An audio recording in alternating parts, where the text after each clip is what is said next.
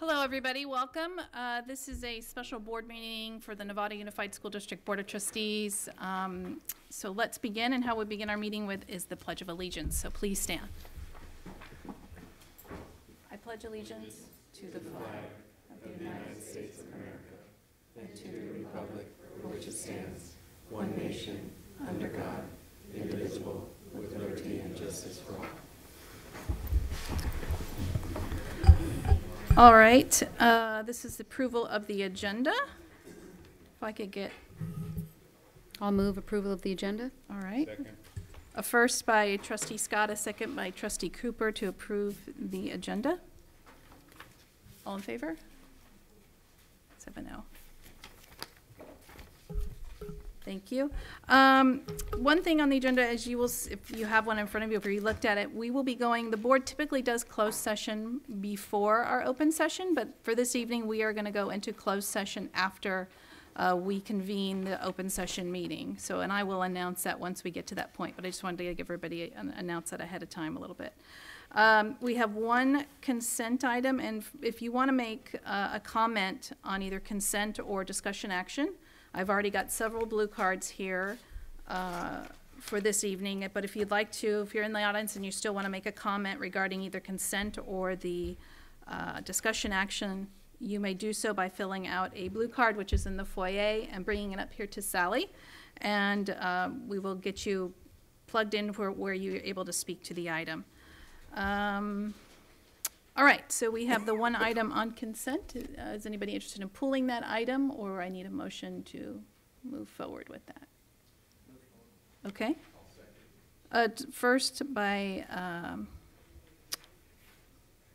Trustee Mack. Boy, I am really, and a second by Trustee Nell. All in favor to approve the consent agenda. Thank you. 7-0. All right, and also this evening, Manuela, thank you for coming. We're not going to do any announcements for particular. Do you have anything specific, though, that you want to touch on? You're just here to, okay, perfect. And if I don't see you, just holler. If you want to speak to the item, please do so. But thank you for being here. We appreciate that. All right, so let's move on. Oh, that's right. Superintendent Hogaboom has a... Two quick announcements. So first, I'd like to introduce Tim Rocco. So Tim, do you want to stand up, please? He's our new IT director, and we are thrilled to have Tim with us. He came to us from Windsor. He's got a great blend of instructional technology knowledge as well as education pedagogy, very innovative. Did some work in Idaho, had his own company, and we're just thrilled to have you with us from Windsor. He's been with us about 3 weeks, I guess, now. So really happy to have you, and welcome aboard, and it's nice to see you. And I know that Trustee Millerick has been grilling you on all the IT stuff. He's had more meetings with Ross than he's had with me, but that's okay. That's the way it goes. So again, thanks for being here. Thrilled to have you, and welcome aboard. Welcome. There you go. Secondly, I want to make sure that everybody knows that Gladys Batts, who's been with us for a very long time, is going to be retiring in March on the 16th. So she's training Sally. So Sally is going to be replacing Gladys shortly. So we'll have Gladys for one more meeting in a few more weeks, and we'll give you the proper tribute at the proper time. But welcome aboard, Sally. Thank you. Great. All right. So the first item on discussion action is the approval of the 2018-19 Budget Advisory Committee recommended budget solutions, and Yancey Hawkins, our CFO, will be presenting those items. We did hear this item as a staff report back on the 13th of February, so now it's coming back for discussion action.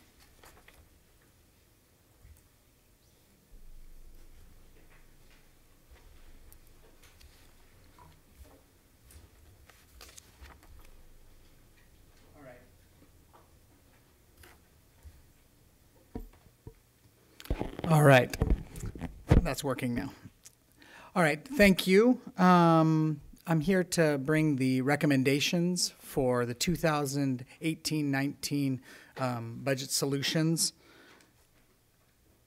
And before we kind of go into the role of the committee and the committee's work and their recommendations, I did want to hit on the three root causes that have taken our budget out of balance over the last few years. The first is slowing state revenues.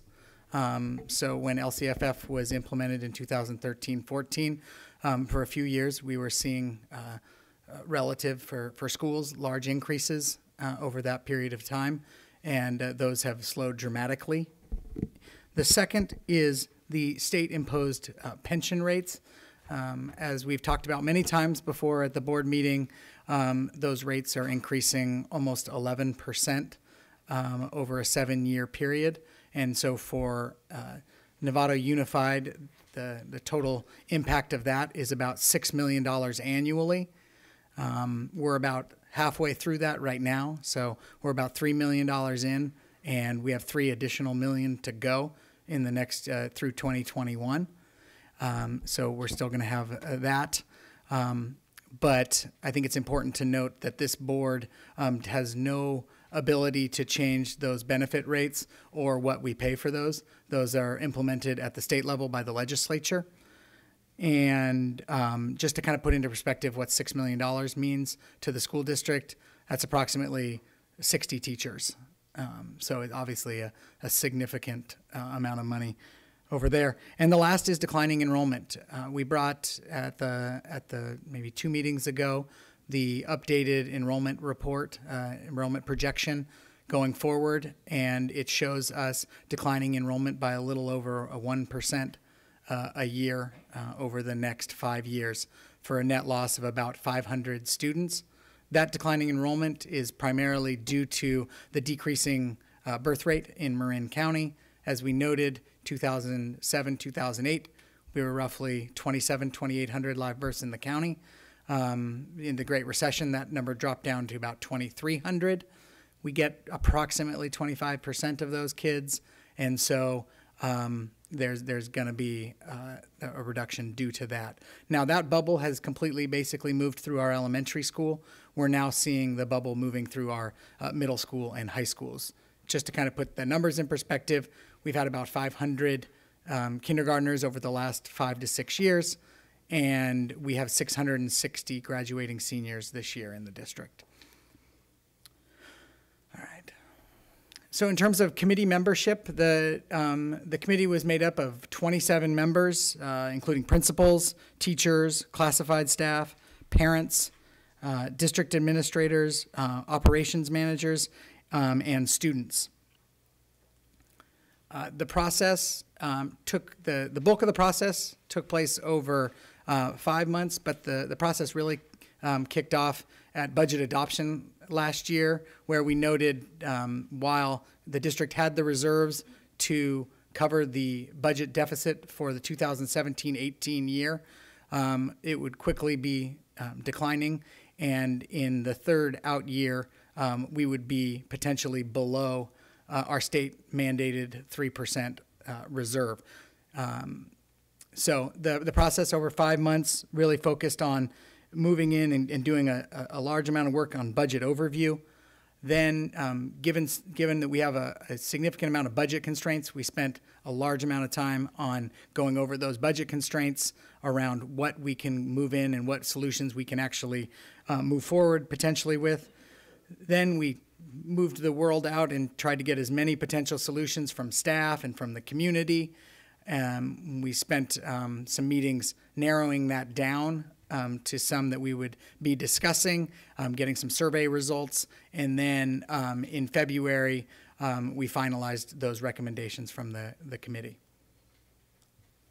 So the committee approved the criteria for those budget solutions. In looking at the constraints, I'm going to focus on a couple of these here. The first is Measure G bond funds. You know, I think a lot of people in the community may have thought, oh, well, we just passed a bond, you know, we got some extra money, maybe that can help. Well, the bond funds can only be used for facilities-related expenses that are included in the bond language. The parcel tax is another constraint. We've gone out to the community and requested a parcel tax. They've been wonderful, approved that. $4 million a year goes towards the parcel tax, but it goes to pay for very specific things, including athletics, library, arts, music, instructional technology, and the ability to attract and retain high-quality teacher and maintain manageable class sizes.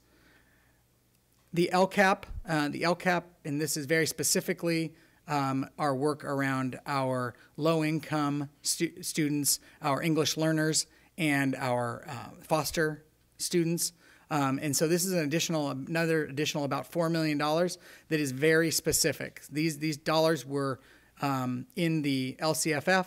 They are produced and need to be used to increase or improve services to those. So those are $4 million of services that are very difficult to potentially take out of your budget. If you take them out, you got to put something else in that's increasing or improving services to our unduplicated pupils. And the last is special education. Special education is about 20% of our budget, roughly about $16 million.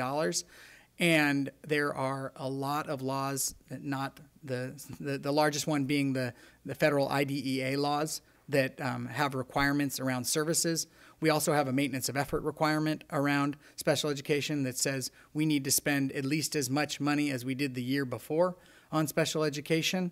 So that makes it very difficult to go in and make significant cuts or budget solutions around special education. We did a significant amount of public outreach on the budget deficit and the potential for solutions. When we go into our budget, when you include the school sites and special education district-wide, it accounts for a little over 80% of our overall budget. The other parts of the budget are the district office, the operation and grounds, and then pupil services, which include counseling and other student services to our 7,500 students. So going through in October and November, the first couple months, we really spent a lot of time going over the overall budget, getting into a lot of detail of where our money was being spent. We came up with our guiding principles, and then we talked a little about the history of the budget solutions over the last 15 years. And we spent a lot of time talking about those constraints and going very much in depth on those.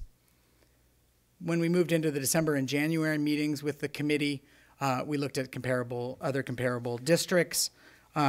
We were brainstorming additional potential budget solutions in addition to the ones that had been come up with by staff and community members that had been sending in information.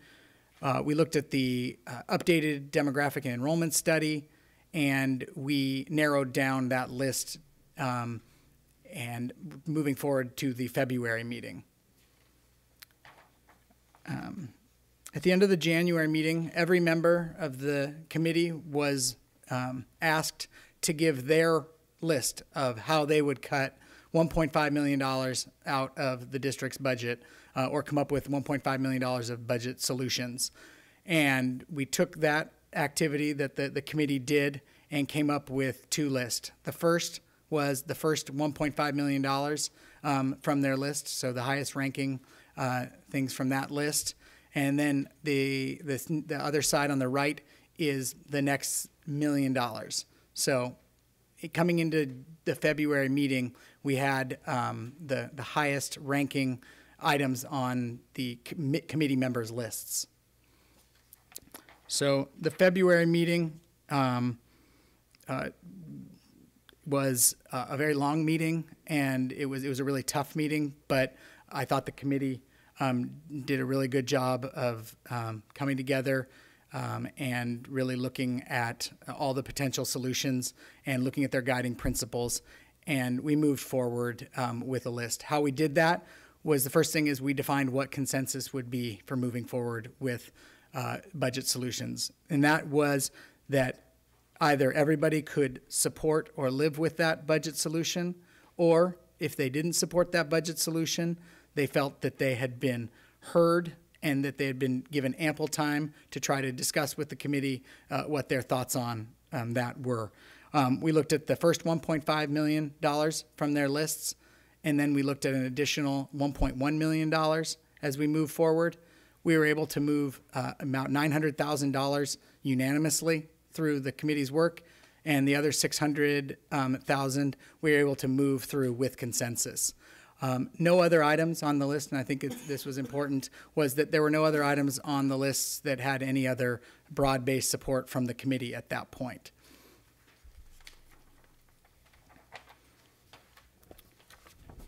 I'll go over now the items that are on the list. The first is increasing rental revenue. This is going to come in the form of a couple items, potentially looking at our facility use fees next year. Also working with, my department has been working with a lot of other potential agencies to maybe rent out different of our facilities on a short-term or more long-term basis. Then we get into the district office and the professional development. This is the largest chunk of budget solutions. It's $770,000, or 51% of the overall solutions coming in this column. The first is reducing district office administrative personnel by 2 FTE. The second is reducing teacher instructional coaches by 2 FTE as well. Also reducing contracted services, this around PBL, equity, some other areas. And this is to ramp down the use of some of those consultants as we bring some of that knowledge in-house and move forward. Then reducing district office support staff, that's an additional FTE around that. And then district office department budgets cut, and 3 items that relate to professional development of $30,000, $25,000, and $25,000. Then we get into the staffing related items. The first is increasing the staffing formula at the high schools, the comprehensive high schools, by 1/2 student per class.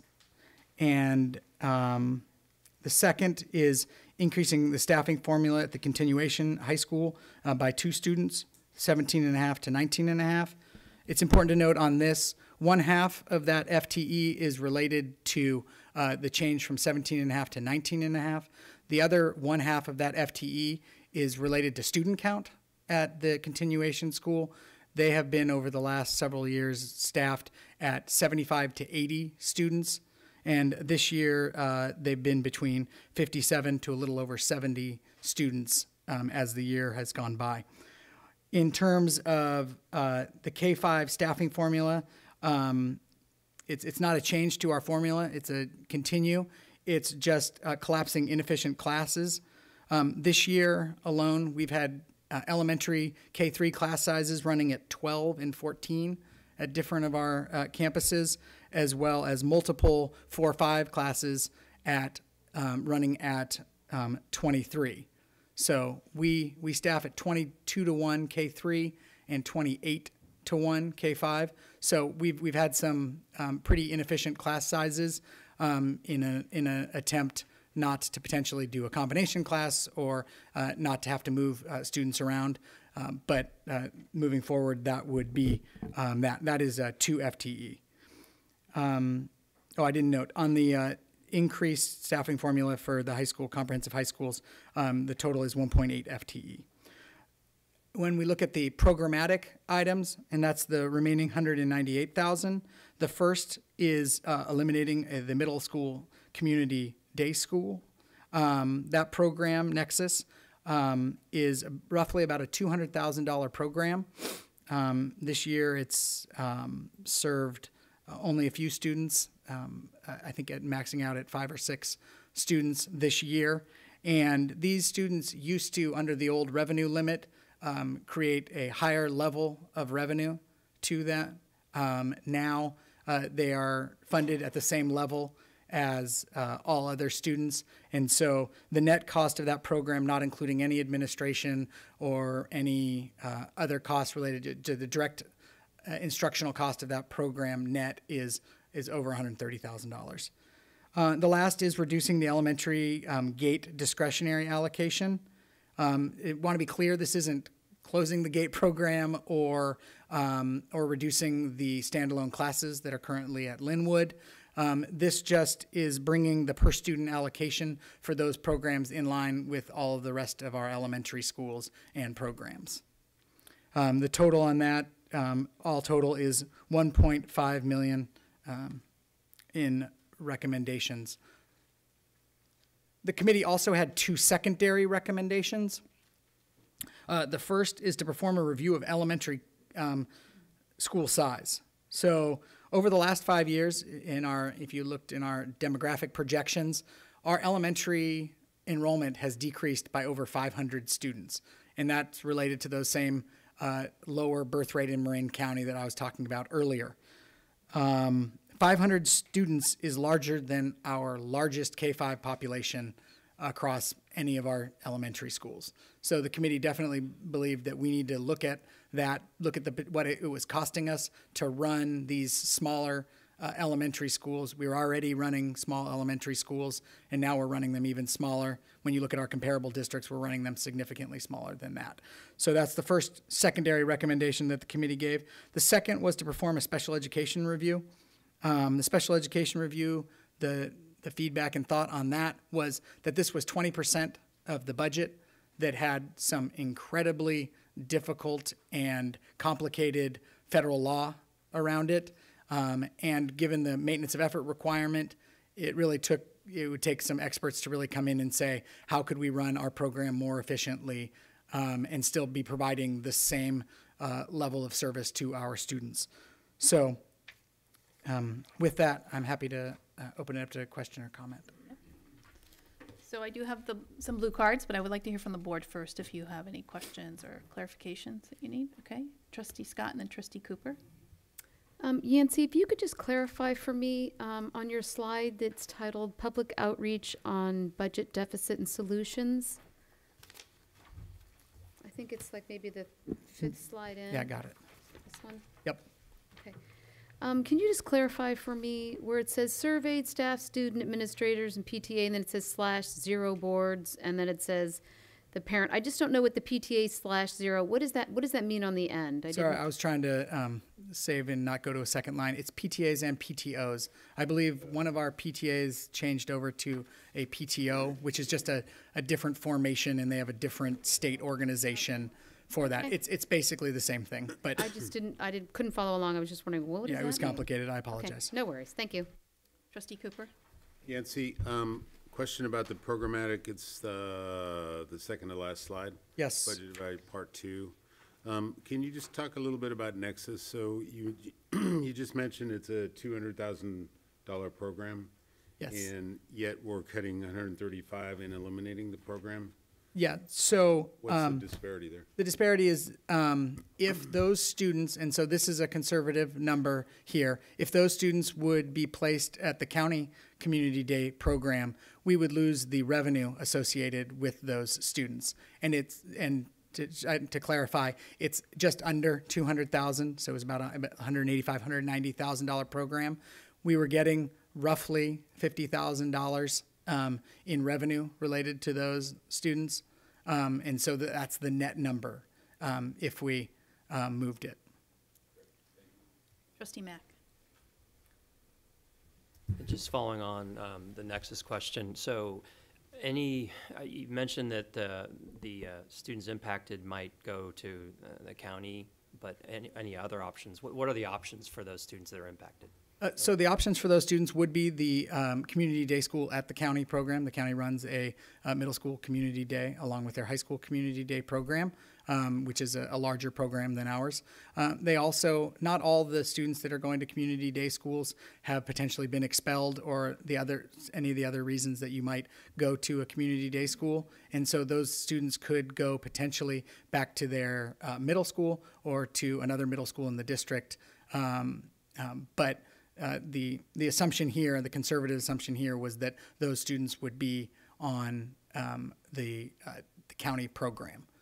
And to your point, 5 or 6 of them was the middle school Yeah, as of month 5, I believe there were 5 students in the program. Would you happen to know the breakdown between those that were expelled versus those that were there for independent study purposes? I would have to get you that information. Okay, and then the other question is, I know we're increasing the staffing formula for the high schools, 29 to 29.5.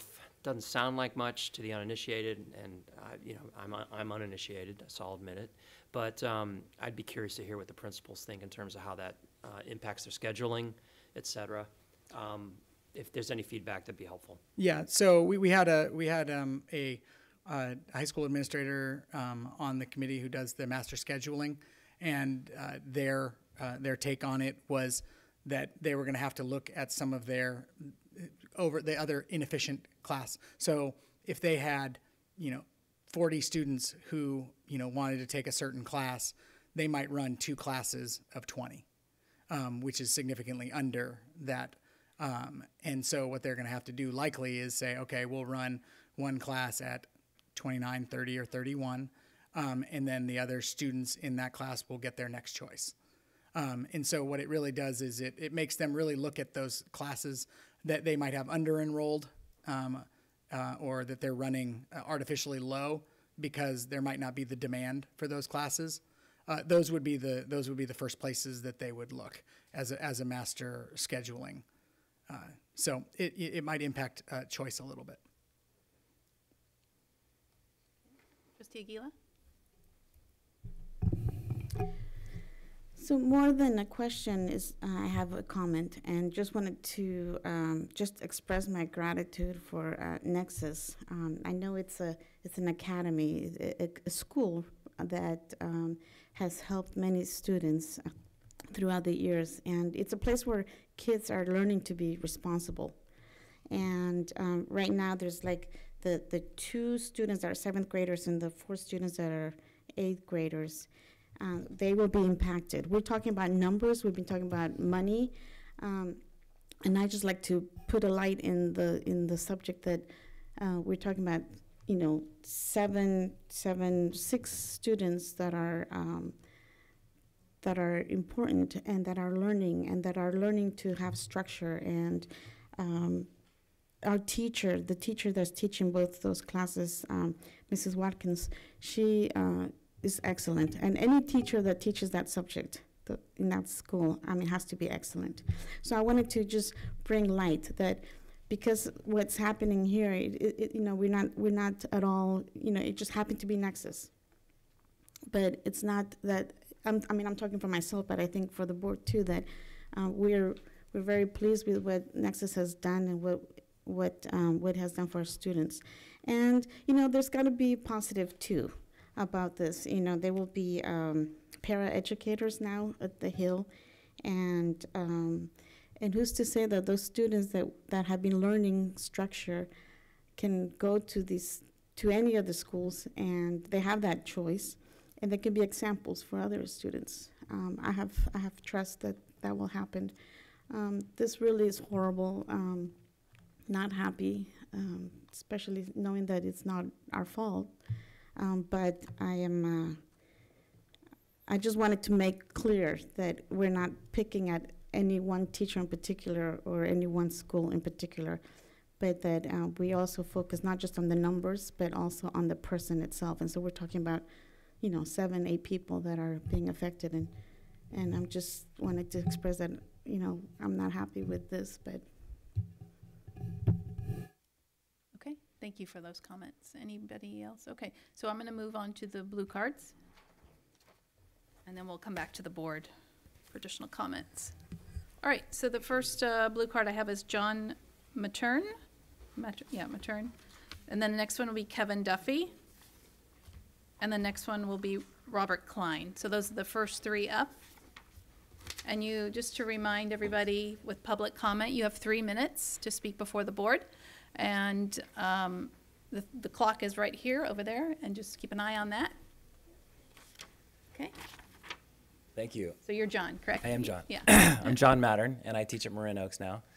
And I've been in your district for 15 years, and I spent 13 of those years at Sinaloa as an 8th grade teacher, and I chose to come to Marin Oaks to work with Marin Oaks. And I think I have an interesting perspective that I wanted to share tonight before you make your vote. And that was that I have some of the very same students that I had at Sinaloa who are now at Marin Oaks. And so I've seen them as 8th graders, and I see them now at Marin Oaks. And the students that I see at Marin Oaks, for me, at Sinaloa, I had a class of 28 to 32. It's a big class. And these kids were the ones who were one of two things. They could be a discipline problem, a behavior problem. And if it was that, I would have to send them outside of the classroom or send them to the office. And either way, they're not in the classroom getting their education. And the second type of student, and I think this is even sadder, would be the student who was under the radar and could hide from me because I was dealing with the other 28. And they would maybe not understand what I was talking about, but be scared to raise their hand and ask the question. And they could also get past me too because I'm doing 27 other things. And so when I got to Marin Oaks, I met some of these kids who I didn't even remember having as an 8th grade teacher, and that's horrible. But they were so under the radar that I'd never talked to them.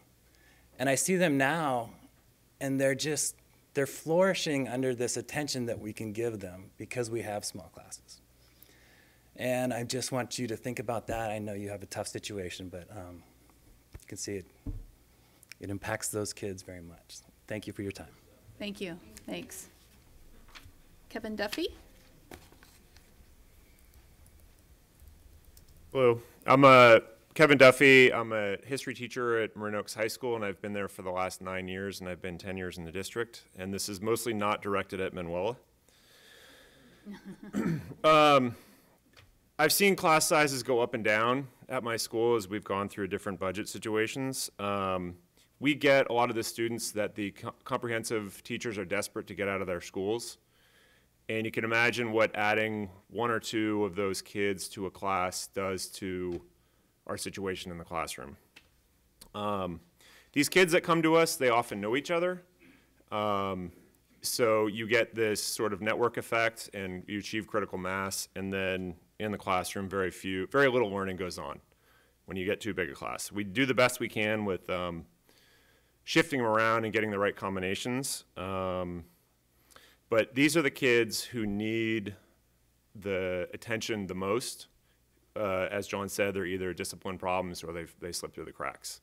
And the more you're dealing with those kinds of things, you can't do as good of a job. And my fear is that a few more kids slip through those cracks, we don't get them, and they just don't have a chance, and these are the kids that need it the most. Thank you. Thank you. Robert Klein? And just before, he has provided a document to everybody at their table. Now, has everybody read the document? Okay, great. There doesn't need to be a quiz then. That's good. Thank you. Thank you for reading it. I appreciate it. And I appreciate all the work that the committee did to come up with these budget solutions, but I obviously have a different point of view. It appears, based on the numbers that I'm getting from the union, that the administrative costs of this district have increased significantly in the last 5 years. And if we had held the line where they were 5 years ago at 15%, we would have $2 million more right now, roughly $2 million, to spend on direct instruction. I can see how this can happen. There was quite a bit of money coming in, and there hadn't been any money coming in for a long time. The teachers were getting good raises, which was excellent. So, my gosh, there's money left over. What are we going to do? Well, personally, obviously it's my opinion, I think it would have been much better, or certainly there's an alternative, and that would be reducing class size. You just heard a couple of teachers talk about that. It's also important to reduce class size in a high school or middle school. I've taught in those locations too. Boy, I taught in a class of 25 compared to 32. It's huge. It's a really, really big deal. Now, by spending that $2 million on administrative costs, that's about 20 teachers that you didn't hire. That's a class, a mixed grade level class that you now have to have that you wouldn't have necessarily had to have. That's those 2 elective classes you can still have instead of forcing one student out of that elective and taking their second choice. Class size is a huge thing It's really big. It's one of the problems I had when I was president, convincing the members that sometimes class size is more important than a raise, because it really is. It really is. I made some other recommendations in that memo. Maybe I'll come back and talk about them at another time. But I think our administrative costs are high, and if you try to discipline yourselves with that 15% number or 16% number, keep it at that, you'll have a lot of money left over in the future for other things that are not administration. And I don't think anybody enjoys having bragging rights as spending more money on administration than on instruction. It's one or the other, you know. Anyway, thank you for your time. Appreciate it. Thank you. Okay, the following three other next speakers are Carmelita Watkins, Francine Cunny, and John Ciancuti. Thank you. Sorry for that. Hi, Carmelita. Hello. Good evening, school board members and district office administrators. My name is Carmelita Watkins, and I am the Nexus Teacher. I'm here tonight to voice my concerns about the closure of the Nexus program. I strongly believe that closing this program is not in the best interest of the students, the district, and the Novato community. I'm asking you to be more forward-thinking, to consider the long-term effects of closing this program, rather than focusing on the short-term, temporary bottom line. Closing this program will result in more children being mainstreamed back to a situation that did not work for them in the first place, a system that, by design, cannot effectively address the specific needs of these children. In the small class setting that Nexus provides, my students receive the individual attention, personal guidance, and consistent structure they need to succeed in school. Disabling this program takes our district backwards. It's a short-term fix that will have long-lasting consequences for these students and for Novato Unified. Like you, I want the students in our schools to succeed. I've seen firsthand the powerful impact this program has had on students. Nexus students receive incredible support, and most of our graduates have gone on to do well in high school. Students who come back to visit me credit their success to the positive impact and the myriad opportunities offered in the Nexus program. I could also offer quotes from graduating 8th grader speeches to back up my statements. While I'm aware of the financial situation that the district is facing, I do not believe that closing this program is the solution. If indeed the district is not able to keep this effective and successful program indefinitely, then I ask you to consider postponing the decision for 1 year. This would at least give the middle school staffs time to brainstorm and create a plan for students that need an alternative education setting, something besides county community. Sending students in our district straight to county community denies them a second chance, a chance to learn from their mistakes, to improve, to grow, to succeed. We are here for the students of Novato, all students. Let's take the 2018 and 2019 school year to work together to find an acceptable solution for this Nexus students. Thank you. Thank you. Francine Cunny.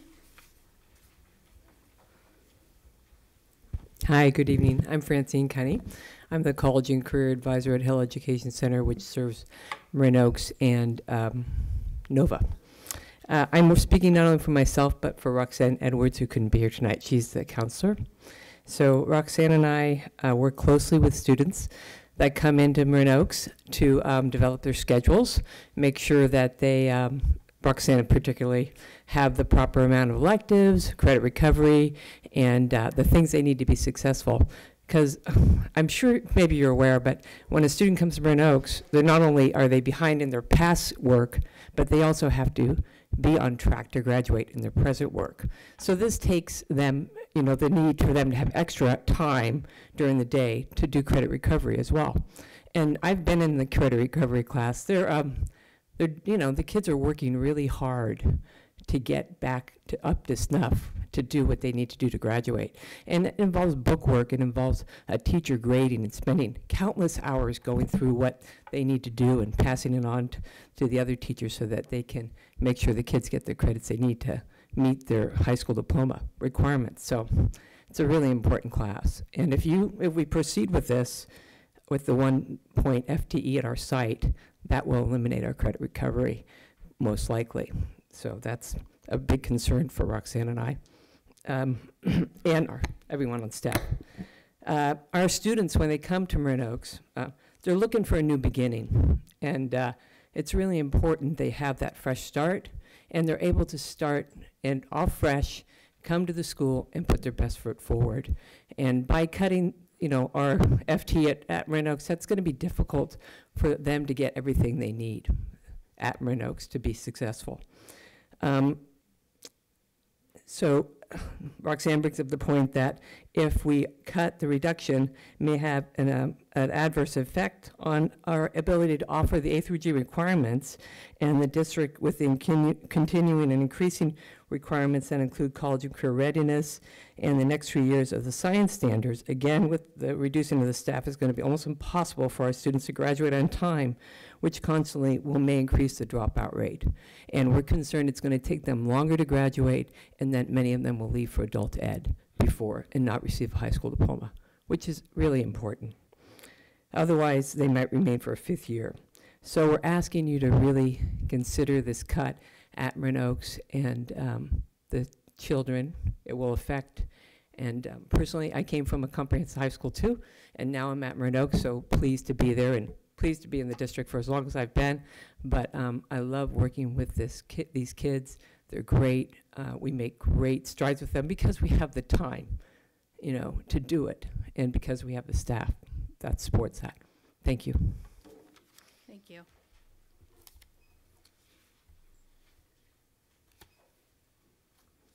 I'll let you say your name. Thank you. Good evening. My name is John David Chencuti. I like to be called David. The district recognizes me, though, as John, so either one's okay. I teach science and English learning development at Marin Oaks. Why do students come to Marin Oaks?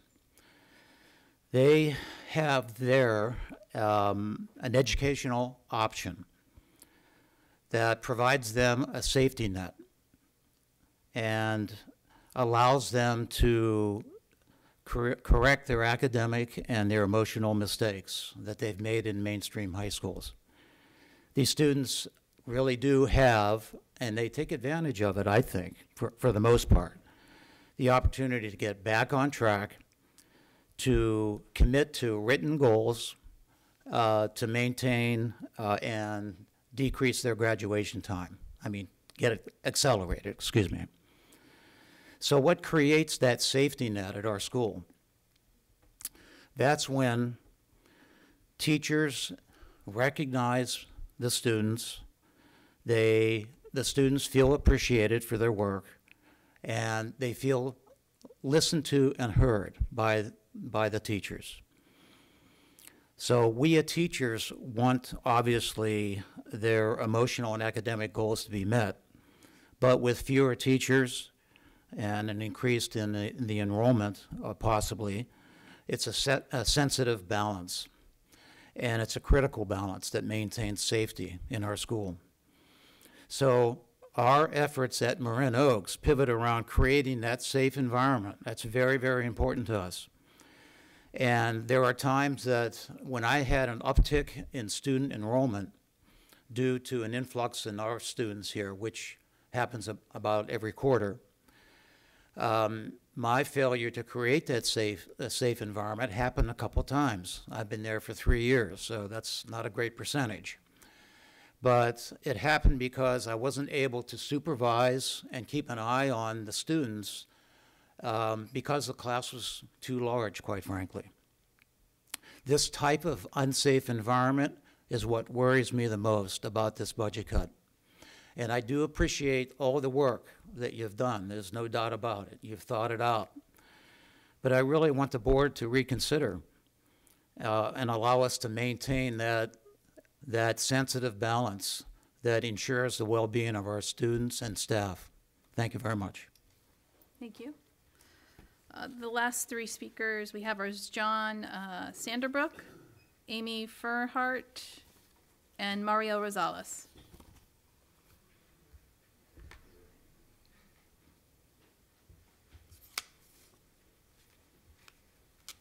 Hi. Yeah, hi, I'm John Sanderbeck. I'm the special ed teacher at the Hill campus. I was at the Hill campus when it was middle school as well.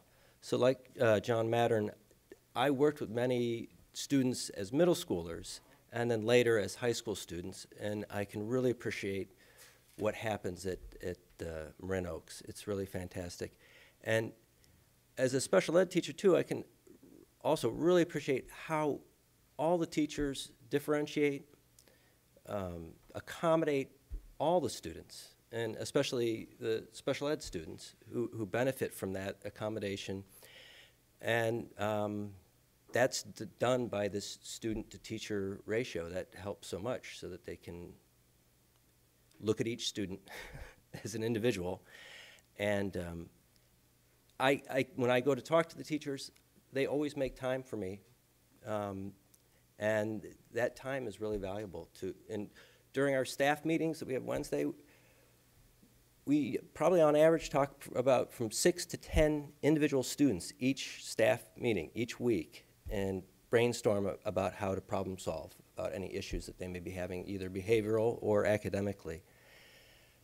And often after school, as I'm walking around checking in with different teachers or just going to the office, I look in classrooms and there I'll see 1, 2, or 3 students sitting down with the teachers after school, and they're getting this one-on-one instruction or very small group instruction that a lot of them were denied growing up, that they didn't have those supports at home.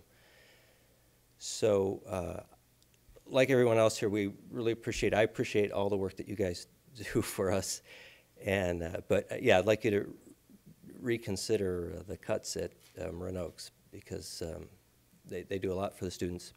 And I also want to mention for the Nexus program for Ms. Watkins, an outstanding teacher. And again, from my perspective as being in the district for so long and being a special ed teacher, sometimes there's students in there with IEPs, and I feel very secure in that they are getting the best instruction at the level that they need, a structured program with incentives built in and all that. It's really fantastic. So thank you for hearing me out. Thanks. Amy Fairheart? Hi.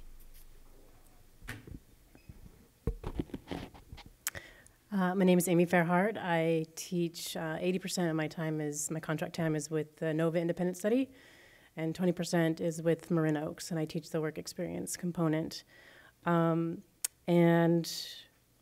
when I was thinking about how I wanted to articulate my thoughts for tonight's board meeting, there's one particular quote that came to mind by Gandhi, which is, "The true measure of any society can be found in how it treats its most vulnerable members." And these words serve as a reminder to all of us at NUSD, especially when it comes to making really tough decisions on how resources should be allocated.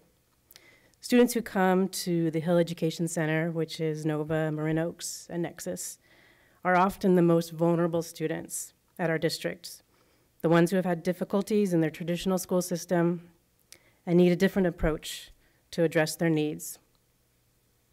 Our school programs in a unique small school setting provide both academic and emotional support, loving guidance, personalized instruction, and the opportunity to succeed in an alternative educational experience. In light of the recent school tragedies and the increasingly polarized world that we live in, the need to form deep connections, a sense of belonging, and a commitment to the overall well-being of all of our students is essential to everyone in this community. Cutting a program that directly serves some of our most vulnerable students is a mistake. Alternative schools provide the environment, the relationships, and the course of study that actually keep our youth in school and on the road to success. If cuts must be made, we ask that you spare the programs and the personnel who work directly with our most vulnerable and at-risk students. Thank you. Thank you. Mario Rosales?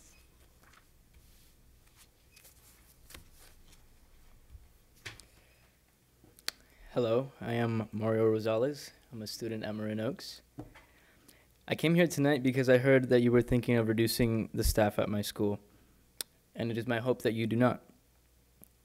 I started my high school career at Novato High, and I mean no disrespect to Novato High when I tell you this. For some students, Novato is a great school. For me, it was not. Over the course of 3 years, I constantly struggled to keep my grades up and attend school on a regular basis.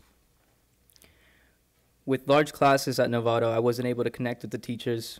I felt left out, and I felt like I wasn't getting the attention I needed. After 3 years at Novato High, I had a GPA of 1.28. And what's more embarrassing than that is the fact that I didn't even know that was my GPA. I let myself get lost in the crowd, and I don't blame anyone besides myself. Now I'm at Marin Oaks. Next month will mark my being here for 1 year. My experience there has been remarkable. My mindset has shifted completely. I now attend school on a regular basis and work hard to keep my grades up. Not only that, but I participate in every class and appreciate school as a whole. In trying to come up with why, I keep coming back to the teachers. I think when you look back at your education, there was one teacher who went above and beyond and stands out as a teacher who really made a difference in your life. Here at Marin Oaks, every teacher is that teacher. Because of the small classes, these teachers have an opportunity to connect one-to-one with their students. They don't just hand you papers and expect you to know what to do with them. The teachers take the time to thoroughly explain their instructions. They care, and that has saved me. It saddens me to think that you might take one of them away. I understand you have a problem, and you don't have enough money to continue on your current path. You need to make cuts. I would just ask that you keep those cuts outside of the classroom. Like I said, I've been at Marin Oaks for a year now. My GPA is 3.89, and I am a student set to graduate in June. And I have Marin Oaks to thank for that. Thank you. Thank you.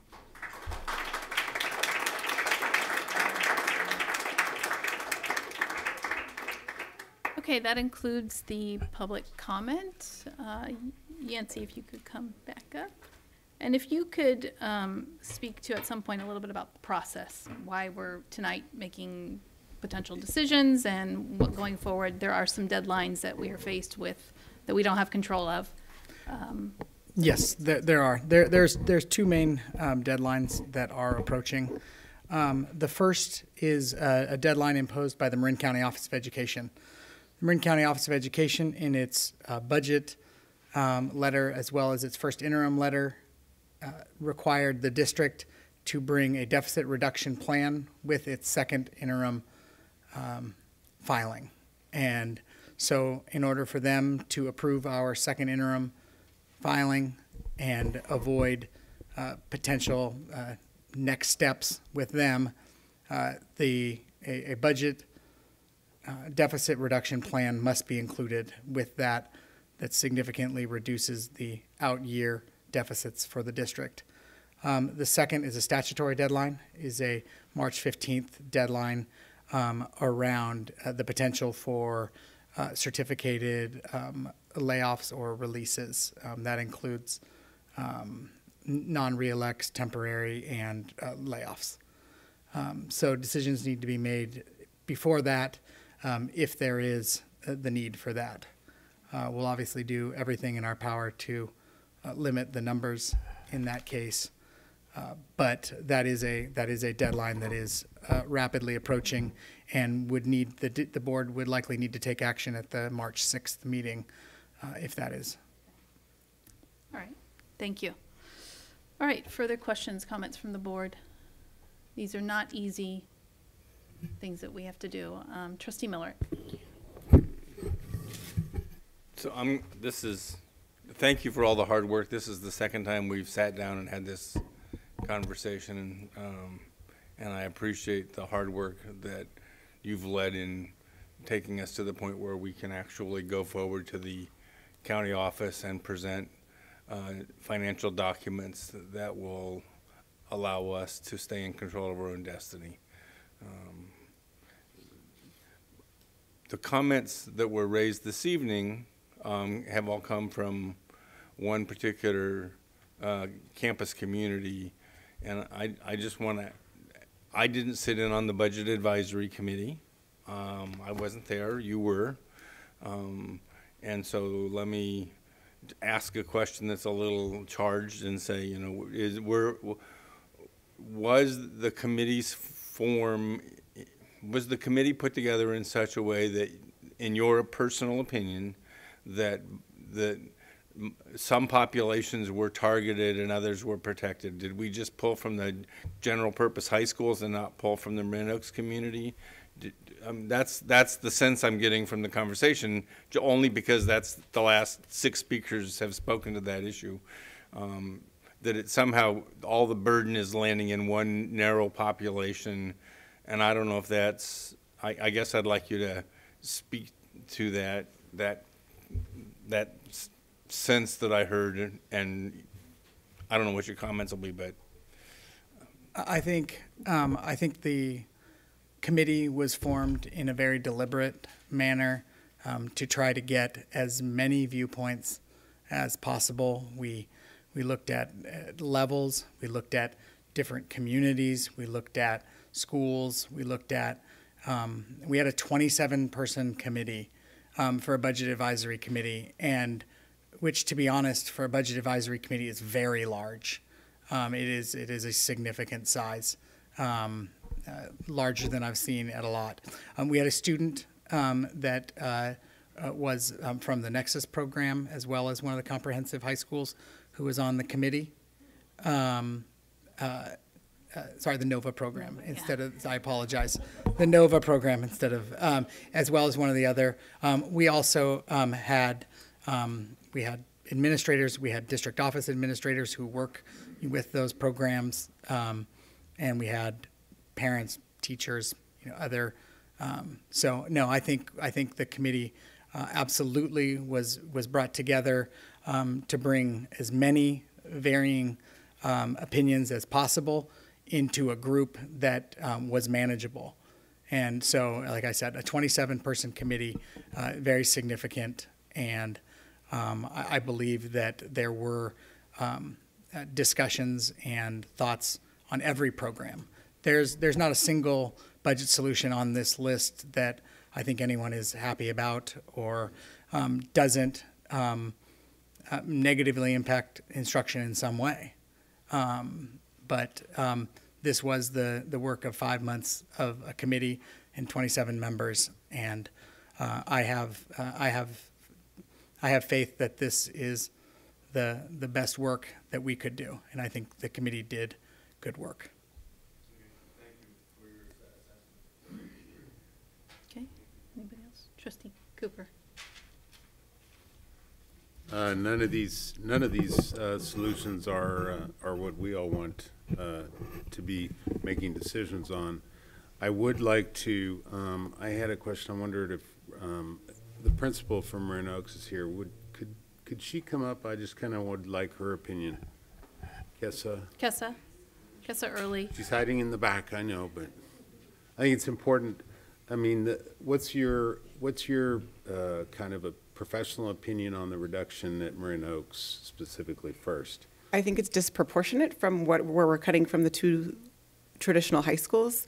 If you're looking at the numbers at both of those large high schools, and there's 1.8 being reduced, and then at the elementaries there's 2 FTE being reduced, but at Marin Oaks there's 1 FTE and we only serve approximately 74 students, and so it feels like it's hitting us pretty hard.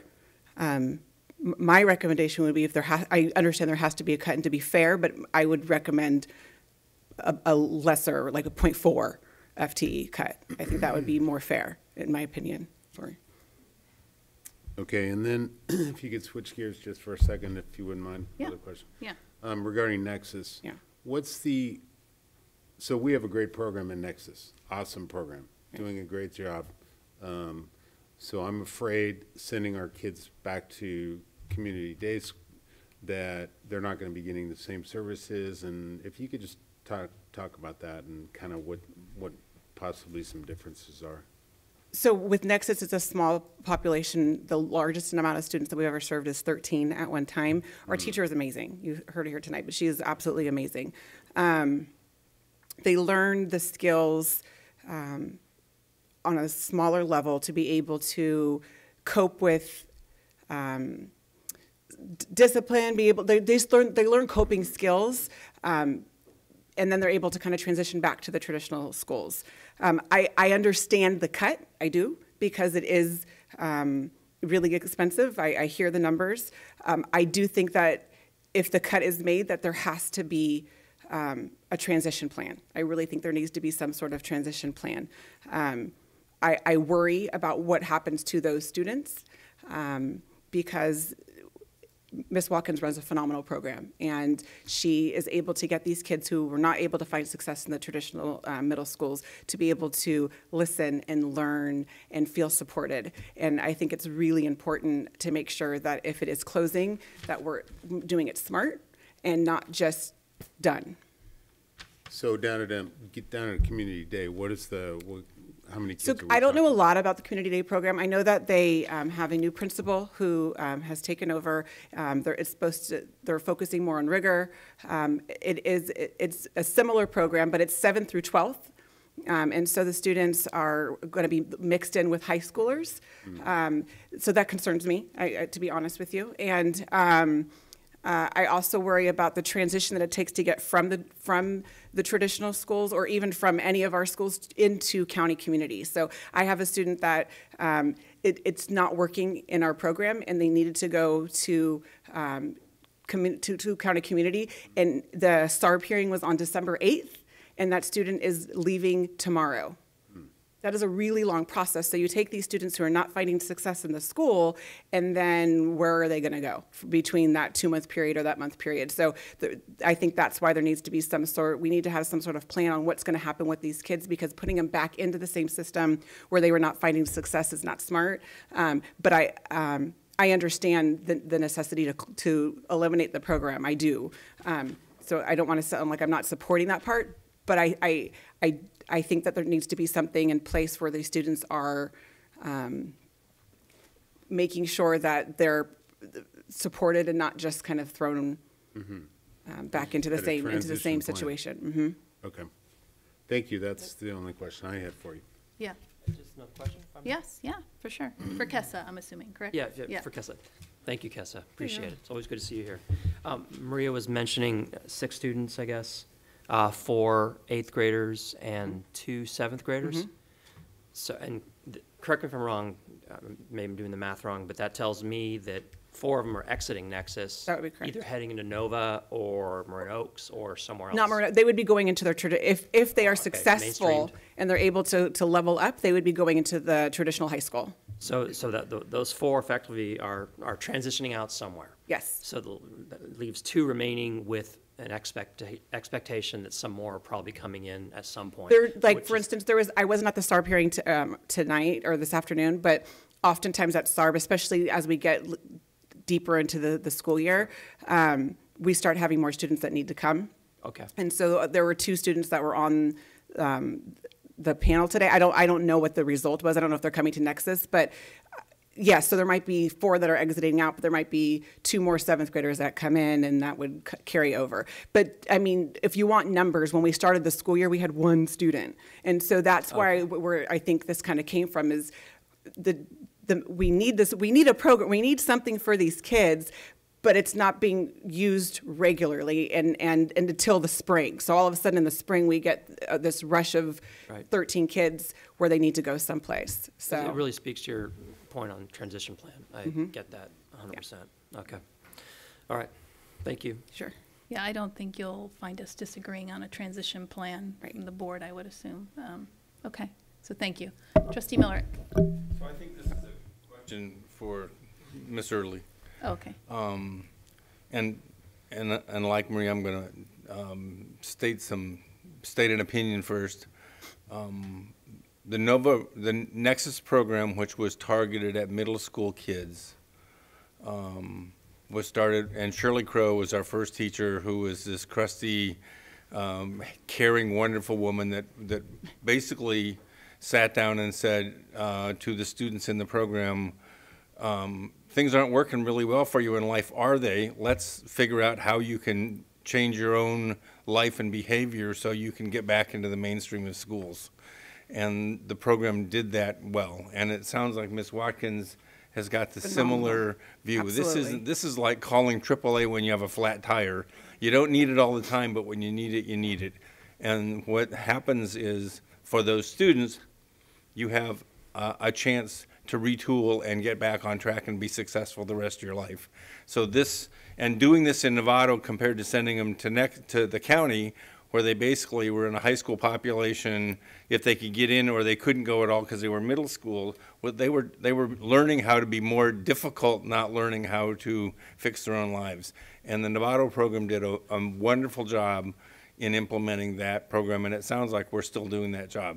Yeah. Losing this program, even if there's one kid in it, is one kid that's going to suffer. And we need to understand in our planning how we're going to make sure that those kids, those Novato kids, still get the services they need. And the comment you offered, which is, it seems like the percentage of staff cuts that are landing on your campus is higher than other campuses. Absolutely. Seems if like you look at it as fair, a whole. Like a fair, well, I mean, we're having a conversation now, and it seems to me we ought to find a way to take these critical programs that saves kids' lives, which are what these programs do, and find a way to make sure that they can continue. And we have to make these cuts. We are not going to go to the county and go on a watch list and have somebody else make the cuts and make decisions for us. We are going to solve this problem. But I would like us to, as a board, think through how we're going to do this in a way and not have it all that maybe every kid gets less, but no kid gets nothing. And that's what it feels like in this case, is one kid's getting nothing. And it just doesn't seem, it seems like we could do better. That's what I think. I think we could do better. So that's, I don't have the solution. You know, we have to solve this financial problem. Yeah. But I would like us to think about this. Okay. Trustee Aguila. Yeah. So I'm going to ask the obvious, but I still want to hear it again. You know, it was mentioned that we have to do these cuts, and the question is, Yancy, do we have to do these cuts as far as Nexus goes? You know, I have the student handbook for Nexus. I have the student handbook for Nexus, and it's just amazing the expectations that is put on the children. You know, the personal and the social skills, and they learn to take ownership of their actions and show respect, and so nobody's questioning that. And I've had the privilege and the honor to actually sit in Mrs. Watkins' class on a couple occasions, and I just come out of there like, wow. So so that's my question. It's been answered. It's been asked before, but I just want to ask it again. Is it? Can we? I mean, we're talking about 135,000, and can we go? Can we look at it again tonight? And I want to be clear on something that I noted earlier in my presentation. Is at the February meeting, when we had 27 representatives from around the district, there was no other additional cut that had any broad-based support. You know, this was a very tough process. At that February meeting, we were scheduled to go a few hours, and we went several hours over that because we weren't leaving that room until we had the amount of budget solutions that we needed to bring our budget into alignment. And this is the amount of budget solutions that we need to bring our budget into alignment right now. And I don't like saying that, but that is the focus. One additional just comment is to bring back to my point around the staffing formula at the continuation high school at Marin Oaks.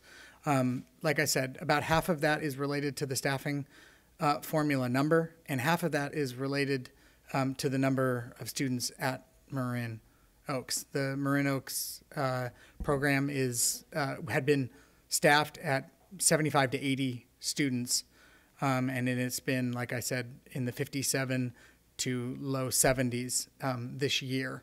I note this with any of our schools. If the students come, if the students are there, we staff to the number of students who are at the program. So a portion of that cut or budget solution really is bringing it into alignment with what we've set as our staffing formula before. So if there are the numbers at the site, they will have at least that part. But for several years, we've staffed at 75 to 80, and we understand that the program always starts low, but it really needs to be above the low 70s by the springtime to allocate that if that's the staffing level that we've decided. So those are just the two points that I would make. Anybody else? I know you've all made some great points, and we did have the budget advisory as it was. I sat on the budget advisory. That was a hard night because we just could not come to consensus. And these were the items that we did come to consensus on. And everybody was able to voice their opinion. There was some disagreement, but we were able to make sure everybody was heard clearly.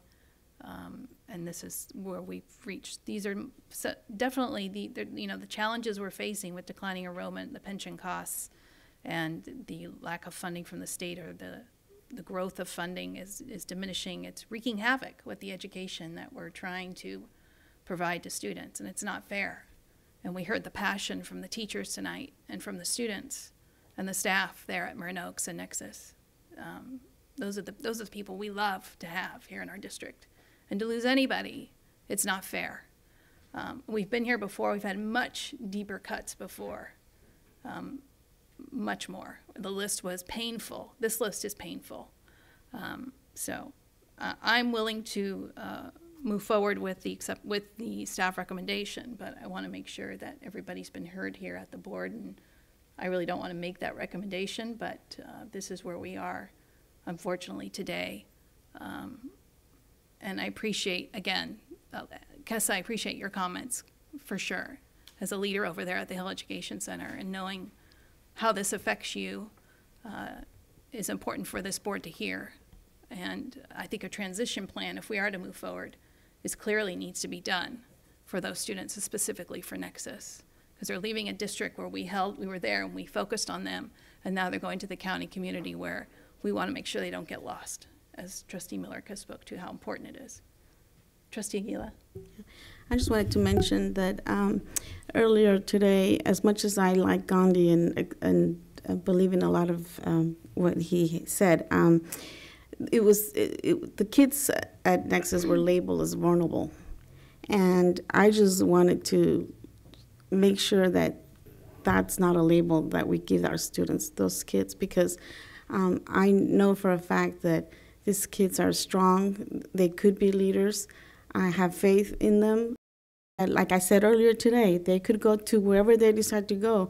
The 4 students that will end up choosing the schools, who's to say they can't be leaders? Who's to say? I mean, you never know what happens.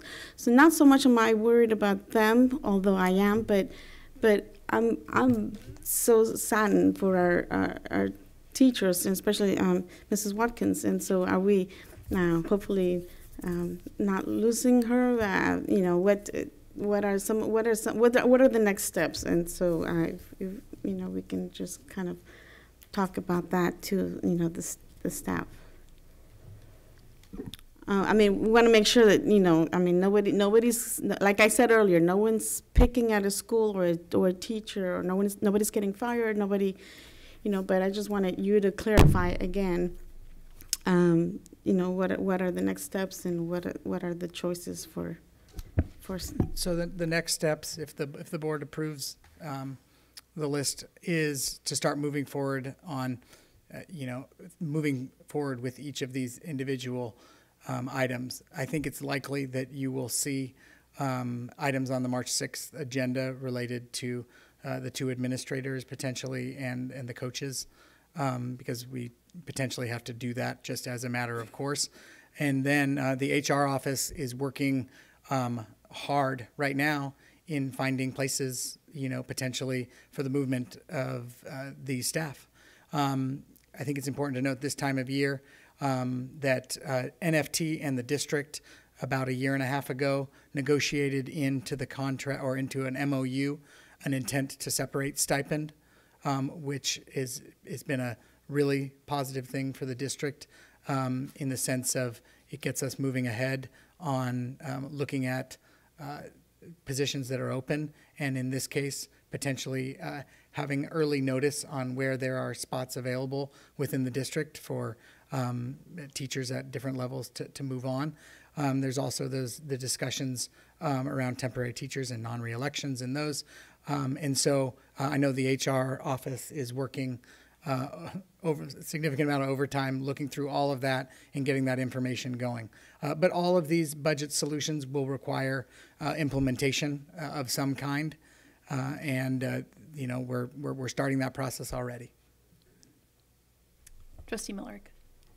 So I'm heartened by your attention that you're paying to the impact of this on our staff. And because of the negotiated provisions in the contract with our teaching staff with early notice, there'll be opportunities. And I believe would it be March 15th would be the day you would give notice, which if you give notice to 10 or whatever the number is, in the past we've always given notice for X, but about half of X stays with the district because there's shakeout over time and people choose to leave and seniority and whatever. So we've worked hard to make sure the impact is minimal to start. That work is coming on, and I'm sure you'll do that going through before March 15th. We can make sure at least our staff is treated as respectfully as we possibly can. But we also have a program issue, and we've talked about it. We're talking about discontinuing some programs, and as you heard, I am unhappy with this one particular one. I would love for us to do some thinking about ways we could think that through as over the next couple of months. But before everything else is said, I have told you, and you and I have had these conversations in your office many, many times, we are going to run this district on a solvent basis. We are going to get the books balanced. We are going to stay in control of we're going to serve our community. We're going to honor the parcel tax people that help us. We're going to honor the property tax people that help us. We are going to make sure we run this in a business-like way. We're going to do that hard work and serve our students and their children as best as we possibly can. But we're not going to step away from solving this problem. We have to pass this budget. We don't have a choice. We have to be fiscally solvent first, because if we're not doing that, all the rest of the promises can't be kept. And all the other hard work that we're going to try to do to minimize the impact cannot be kept. So I'm prepared to vote yes on this measure. I don't like it, but at the junction tonight, this is what it feels like when you're down against hard numbers on the budget. This is where I sat 15 years ago before we had reserves that allow us some flexibility. This is what it feels like. This is people in tears, programs being cut, children not being well served. This is the kind of choices you make when you get this close on your budget. And here we are tonight on very short notice having to make decisions that are unacceptable, but we have to be solvent. So Madam President, I will vote in favor of this motion. Okay, thank you. And just across the state, we are not the only district facing this. This is happening across the state of California. Just Google it, you'll see it. They're 4 million, 3 million, 1 million, it's all over, and it's horrible, like I said, it's devastating. So. Children are getting less than they deserve. Yeah. How about if I just go that online and if I could just get some sort of where everybody stands? Trustee Nell. Unless you do prefer, I mean, you don't have to think. I basically am prepared to support the recommendation, the list of cuts. I don't like it. I think I understand it. I wish we could do other things. I don't want to be redundant. Others on the board have expressed my opinions and positions, and I regret having to be put in this position. Thank you. Trustee Gila? Yeah, Trustee Millerick has some good points, but he talked about we will, and yes, we will. but also let's remind us we have been. We have been responsible. We have been doing our part. And so these 3 issues that have come to us, it's been out of our control. And, we will continue to be fiscally responsible, and we will continue to do what we can. And but I just wanted to remind us again, it's not that we will continue to do these things, but we have been. And so this isn't my favorite.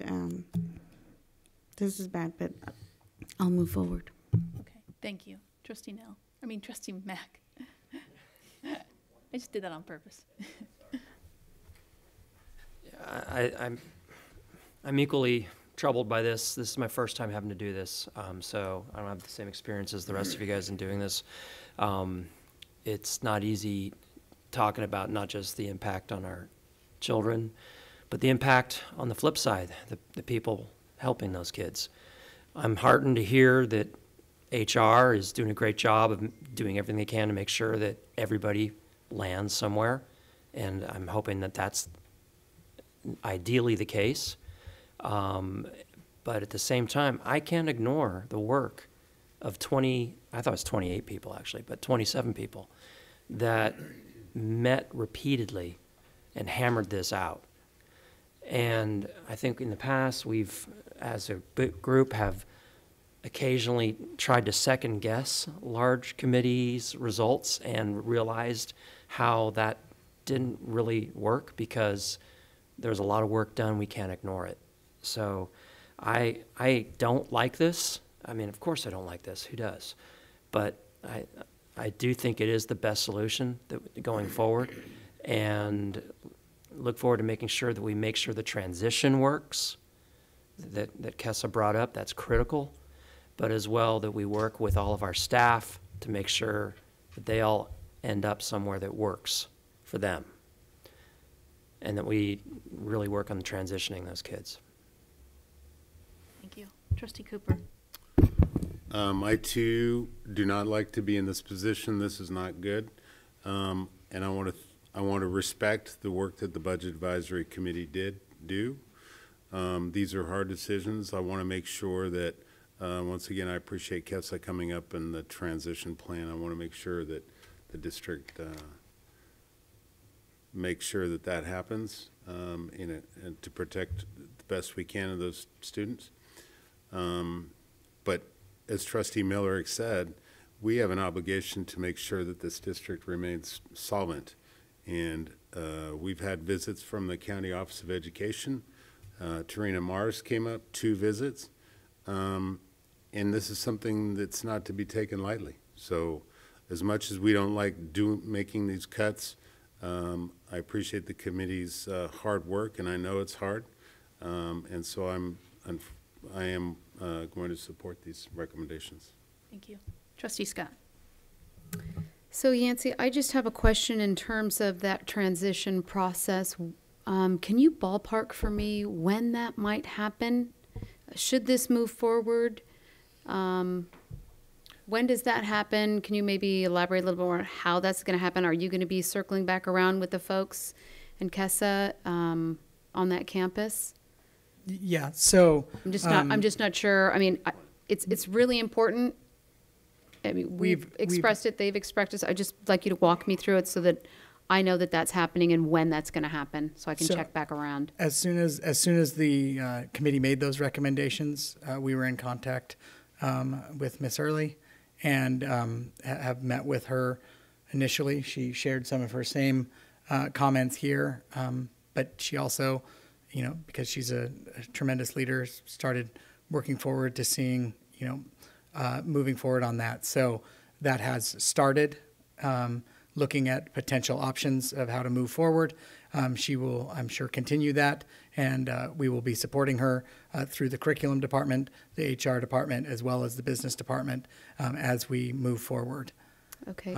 And so that'll move forward in the next few weeks and into the spring as we move forward towards next year. Will this board be getting an update through maybe the Friday memo in terms of how that process is going? Yeah, you'll be getting that as well as in the budget development process. Okay. That will be starting after second interim in March. You will be getting updates on how we are moving forward on that. You'll also obviously be getting an update on that likely on the 6th as we move forward, as that's the last meeting before the March 15th deadline, at least the last regular meeting. Okay, thank you. Okay, these are very disappointing times. I'm deeply concerned. I respect the process, and I respect all the time the budget advisory folks met and worked on this, and I am going to support it, but I certainly don't like doing it. So. Okay. All right, Trustee Aguila. Just one last thing is, could we take a look back when we closed Hill and take a look at the things that worked and the things that didn't work, and that we know lessons learned, so that this transition can be as smoothly as possible for both the teachers and also the students. Yes. I know it's not Yeah. the same, but Yeah, if we it's can not take quite the same. but let's go back and see, because there were Yeah. things that we can always do better. I think it probably relates to the secondary recommendations up there is what I want to get some direction to staff on those two things after we move on this particular item. Then I'm going to come back to the secondary recommendations for some direction. So fortunately, I do need a motion. I will move adoption of the budget recommendation, committee budget recommendations and staff recommendations to this board. Okay, I will second. all right. And with a sad face, but Yeah. we have to do this, then we can turn around and work to go better. All right, so I have a motion from Trustee Millerick, a second by Trustee Nell, with the, for approval of the attached presentation that includes the committee's process and the recommendations for $1.5 million in budget solutions. All those in favor? Okay, 7-0. Ouch. Okay, so before Yancy leaves, I wanted to circle back around to these two items and give direction to staff. So this is the first item, is performing a review of the elementary school size. That would just be for him to be coming back with some sort of recommendation. I just want to make sure the board is, do you want to speak to it a little Yeah, bit? I'd like to speak to it. Let me just thank you, everybody, for coming this evening. We really appreciate it. In terms of the review of elementary school size, that would be for to get board direction to move forward and have staff bring back a recommendation on whether that be a committee, what that committee might look like, and what are the specific items that we would likely be looking at in terms of if it was simply costs of that, whether it be looking at size and looking at ideal size. So basically for staff to come back with recommendations of forming likely a committee. Okay. And then the special ed efficiency review would be bringing back some proposals? That would be bringing back, a few proposals from whether it be school services or FCMAT or Total School Solutions or one of the other partners that we've worked with or lots of districts have worked with in the past to bring back a proposal. Okay. So is the board, Trustee Nell?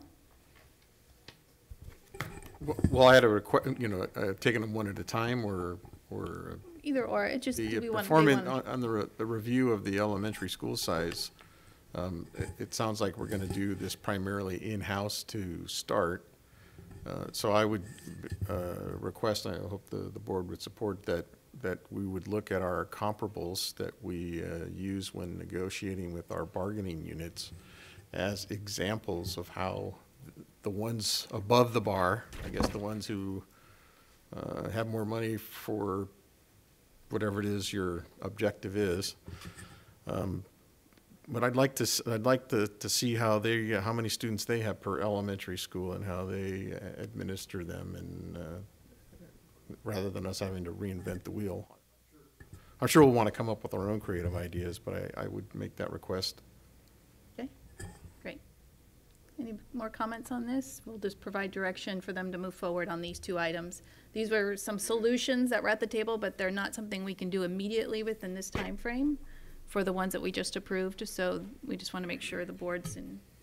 Trustee Nell. We're basically ordering them to move forward. Yep, that's all. I just want to make sure there's consensus, that you understand what staff will be working on.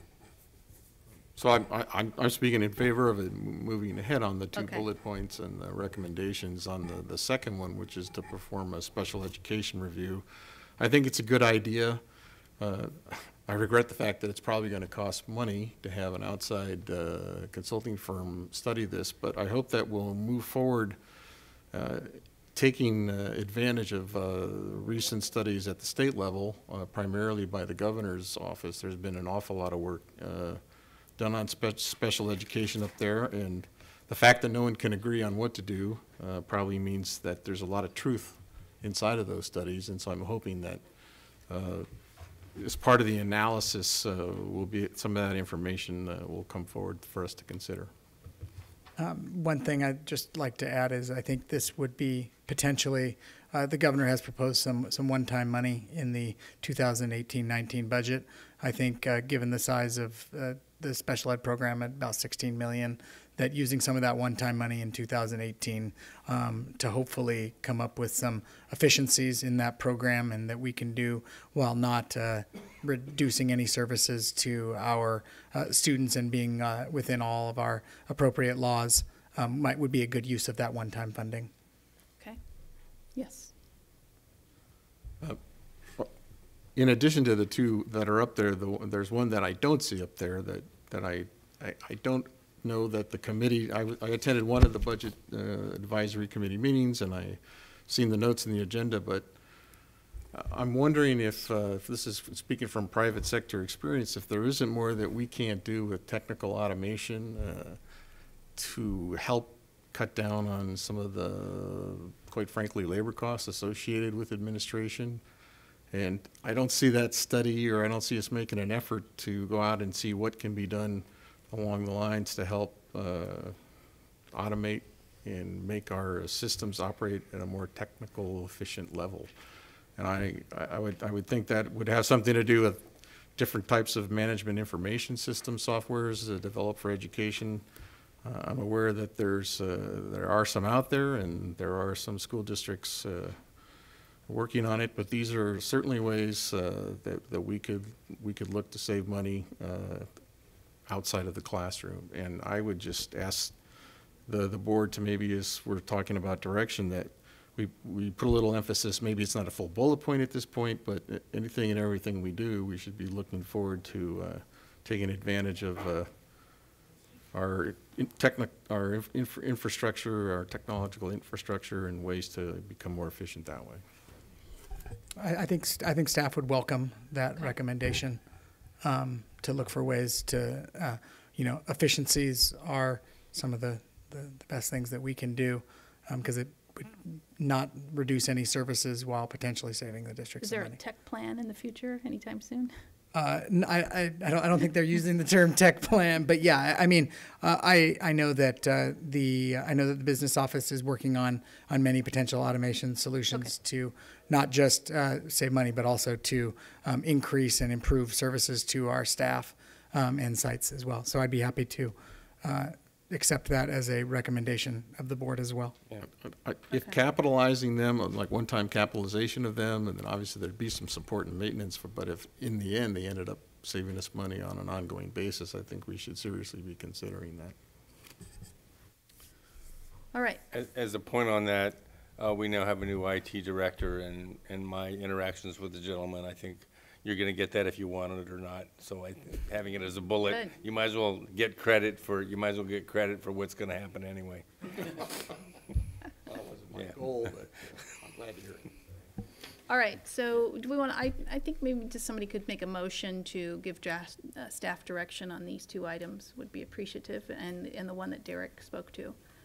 Well, I'll move the 2 bullets plus the technological, I don't need a term, technology efficiency aspect There at you all. go. One second. Okay, Trustee Aguila is second. So I have a first by Trustee Nell and a second by Trustee Aguila to move forward, give staff direction on the recommendations before us. All in favor? 7-0. Okay. Thank you. Thank you, everybody, for hanging in there. We still have 2 items still on our discussion action. Yancey is still going to be here. These are the stadium field returfing. This is approval of the award contracts. All right, so these next 2 items, well, first of all, Mike Woolard and his team are actually in Sacramento at the most important school facilities conference of the year, at the CASH conference. So you're going to get a much shorter version of this presentation. Moving forward, these 2 are very similar. The next 2 items, they are for the fields at the stadium fields at San Marin and Novato High. The only difference is the fields are configured a little bit differently, and so there's a little bit difference in costs. We are working with Field Turf, which is the company that we've used for the first 2 stadium field products. It's also the product used in all of Marin, and moving forward, and it is the preferred product from our landscape architect and our construction management firm. We also, Benyon Sports also does the turf and track repairs. It's kind of nice that they're both owned by the same company. So in terms of coordination and all those things, it is good. The pricing is based on what's called CMAS pricing, which is it's a pricing that is pre-bid across the state. So this is the best pricing across the state for that on a square foot basis. I think an important thing to note that we will be adding is, hold on one second, is a shock pad to both of those fields, which actually will not only, it's not only just a resurfacing of the track, it also is adding a safety component. As many of us have noted that, and they've seen the Terra Linda field, I drive by it every day, it is now shut down because of safety concerns until they can improve it this summer. So adding that shock pad will give us additional safety to the product. So it's not just a complete returf, it is also an improvement around safety that was not on the first time in 2006. So I'm happy to take any questions at this time. Could you clarify the funding source and compared to our discussion we just finished? Yes, that is. This is all coming out of Measure G funds. These were 2 projects that were approved by the Bond Implementation Committee in their work around deferred maintenance, and they were included in the Facilities Master Plan that was approved by this board in the summer of 2016, and then approved by the voters in fall of 2016. So, to be crystal clear, the money that is being used for this physical plant repair could not be used for operational purposes? Absolutely not. It can only be used for facilities improvements. Thank you. So, good to hear about the shock pad. Does it add to the life of the turf? a little bit per our construction manager, Todd Lee. Yeah. Okay. But I would just imagine it would. Okay. Yeah. And then just for the record, the current turf was installed what year? 2006 was the current year. So we are coming up on 12 years. The expected life on these, or the kind of the warranted life, is 8 years. They're expected to last at least 8 to 10 years. Mm-hmm. So we've gotten great work and use out of our old stadium turf fields. So we're very happy with that product. It's one of the reasons we're moving forward with the same product, as well as obviously the recommendations from our landscape architect that also works with the city and many other Marin school districts. And just to clarify, the fill, we're not using the shredded tires anymore. We're using what, cork and sand, or what are we using? Yeah, we are not using the crumb rubber infill. We are using, I always get this, if it's cork or coconut, cork infill, right. Which has an added benefit of playing significantly cooler. As you've known, if you've been there on a hot day, Yep. when the sun bears down on that, crumb rubber, the heat can be 10, 15, 20 degrees warmer on that field. The cork infill will take a lot of that away, which is an added benefit to that. And then disposal of the old stuff, I'm sure it's not going to just pile up on our campus somewhere. We're going to. No, it'll be brought off and disposed of. Yeah, No, I happen. appreciate it. I appreciate it. We see the dirt from the stadium turf project tailings, we got another every burial day. mound. So absolutely, that's not a throwaway question at all. You're funny. Sorry. The track. Yes. Are we just resurfacing the track, painting it? No, it is a complete clean and resurface, and so it's somewhat similar to the, but the overall track condition, actually for the age of the product, we're lucky that it didn't go down lower, because potentially you can have to replace the entire track. The staff has been watching that, and but I wouldn't suggest going much longer on that, because it's kind of a yes no, a binary, that either you need to clean and put another layer and restripe it, or you need to go all the way and rip it out and do that. So we're doing the former. Yeah, we are cleaning, putting a layer on, and striping it. And we're only doing the track surface. We're not doing the auxiliary surfaces that have that same surface on them, or no, I believe we're doing all the surfaces. All of them. Okay. All this, yeah. Okay. Thank you. I had called Yancy about something, just to be transparent. I did a little search on this company, Field Turf, and there was some lawsuits lingering out there in the past, and there's currently a lawsuit at hand about deteriorating of the fields much sooner than what the anticipated lifespan was. And so I had asked him about that, if you could speak to that. Yeah, I'd like to speak to that, and I'd also like Todd Lee from Greystone West, our construction manager, to come up and give his experience with them. I know a lot of those were on the East Coast, potentially having to do with some other issues that we don't deal with here. Field Turf has been the chosen product of school districts and community college districts in Marin County and beyond for a long time. Like I said, our landscape architect, who also is the landscape architect for the city of Novato, recommends it, and also our construction manager does, and so I'll let him explain why. So we had one of those failed fields at St. Helena High School, and it took a bit of letter writing, like it does with any company, but it was a full no-cost replacement. They came out, ripped it out, and it had about 5 years on it, I think, when it failed. We also had some issues with a couple San Mateo district fields where we had some shedding, and then we also had a mascot that came up with some lead-containing paint in it, both of which they've stood behind and repaired. And San Mateo's just last Thursday approved 2 CMAS turf replacements using the product, and they gave them a discount towards the problems they've had in the past. So we found them to be a stand-up company as far as the companies go. Thank you. I appreciate you speaking to that. Okay. Any other? Okay. So this is the first one is Novato High. So we'll do each one. First, we'll do Novato High for awarding of the contract for the stadium returf.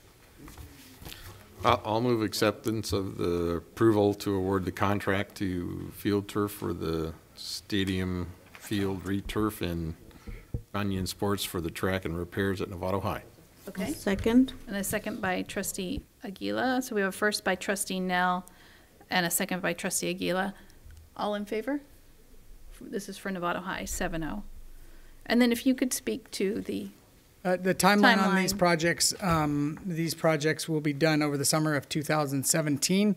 In fact, graduation will be on How about Friday. 2018? 2018, they're already done. Look. In summer of 2018, thank you.